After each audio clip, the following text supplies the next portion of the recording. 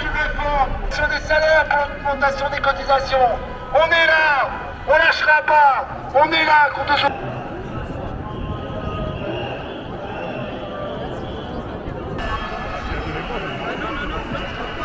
Moi je ne sais pas, moi.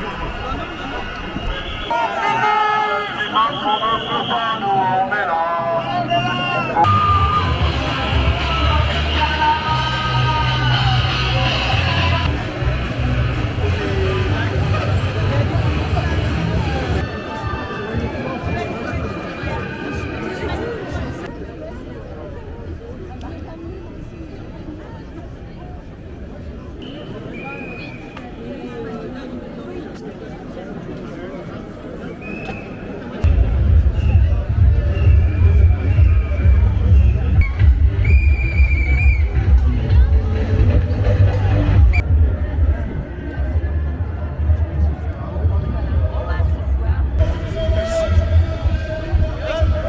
Ouais, ça va.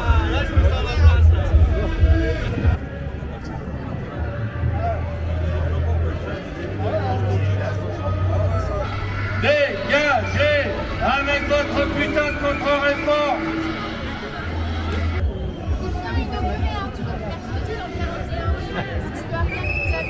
C'est trop parce que en 40...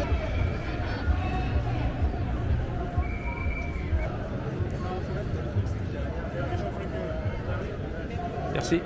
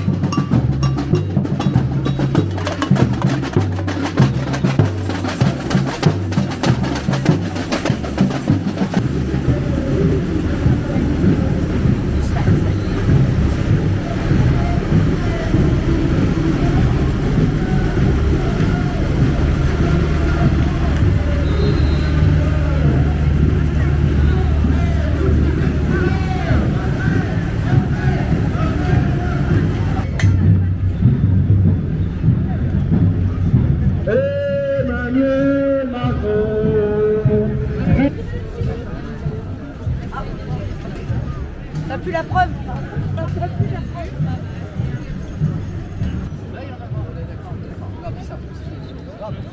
Donc voilà, nous c'est un peu les sujets sur lesquels...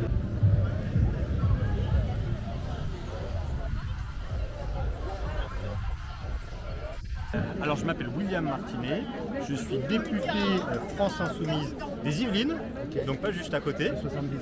Exactement, c'est le 78. Et là je viens à Tours parce que dans mon mouvement La France Insoumise, on s'est organisé pour que chaque député France Insoumise ait un département de référence où il va à la rencontre des militants. Et donc moi j'ai la grande chance d'avoir l'Indre-et-Loire comme département de référence, et donc là je profite de la manifestation d'aujourd'hui pour aller à la rencontre des Insoumis et un petit peu tout le monde qui manifeste aujourd'hui. Et bien on en est, comme tu le sais, que la motion de censure n'a pas été adoptée, mais on est passé vraiment pas loin. Il a manqué seulement 9 voix. Si on fait un petit peu d'histoire, la motion de censure, c'est la constitution de la 5e République.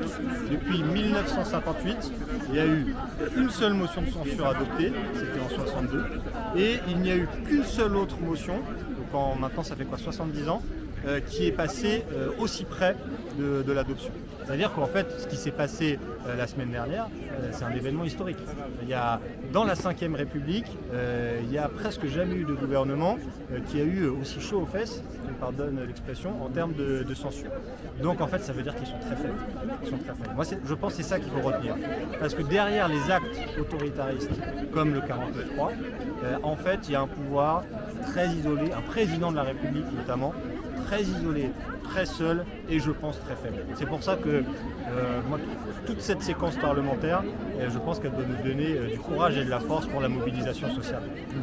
On a raté la censure parlementaire, maintenant il faut faire une censure populaire.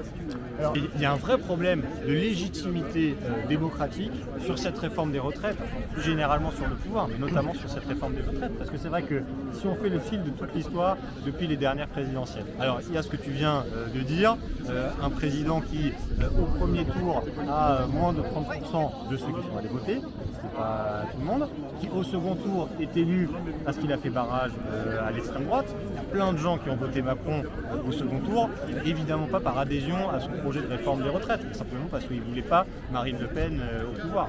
Et d'ailleurs, à cette époque, Macron en avait bien conscience, dans l'entre-deux tours, il expliquait par exemple que cette réforme des retraites, peut-être qu'il faudrait faire un référendum avant de l'adopter.